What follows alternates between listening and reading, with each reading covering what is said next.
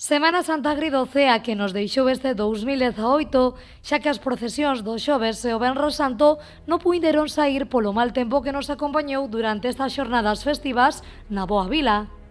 Pensar que hubo cofradías que se quedaron en casa, que no pudieron salir ningún día, pues bueno, no es para hacer un balance bueno, aunque lo que tuvimos en la calle pues fue bueno. No sé, este año tocó así y no hai máis que hacer, simplemente paciencia e nada máis. Dende a organización tiveron claro que a única decisión posible o xoves e o Venres Santo era de suspender as procesións, porque o tempo impediu claramente que puidesen sair e organizar todo debidamente. Sí, la verdad que por desgracia lo tuvimos demasiado claro desde el principio. Yo te puedo decir que en los años que llevo en la Junta no se suele dar la unanimidad total a la hora de suspender una procesión entre todas las cofradías y este año los 2 días la hubo.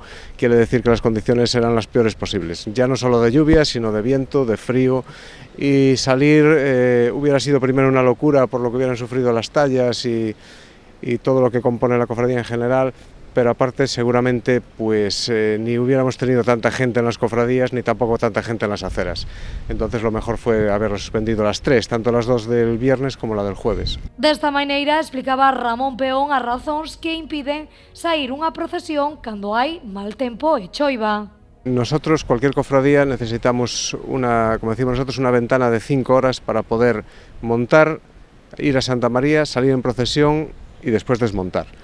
No teníamos por ningún lado una seguridad de que hubiera 5 horas de seco. Un poco el viernes se decía que después a partir de las 8 que iba a llover menos y total que al final a las 9:15 llovió, a las 10 y pico llovió, es decir, no teníamos ese espacio de tiempo material para poder montar, salir en la procesión y desmontar.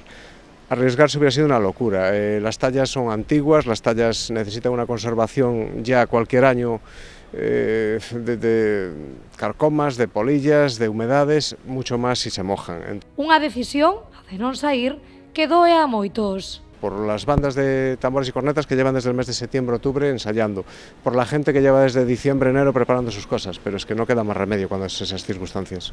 Das 7 confrarías que hai en Pontevedra, 3 quedaron sen sair nesta Semana Santa, a da Carpa Santa, a do Espírito Santo, a de Nuestro Padre Jesús con la cruz a cuestas. Dende a organización creen e consideran que hai cousas que mellorar de cara ao vindeiro ano.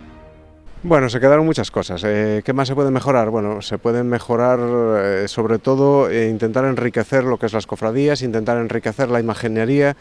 Tal vez estoy hablando de algún paso nuevo de cara al año que viene.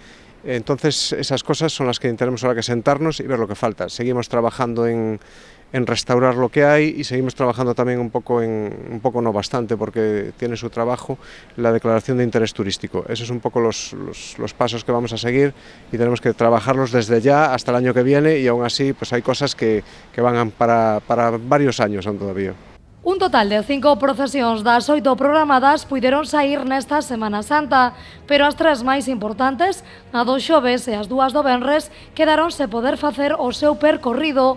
Dende a organización agardan que no vindeiro ano o tempo acompañe máis pola cidadanía e por todos os que traballan para a celebración destas procesións ao longo de todo o ano.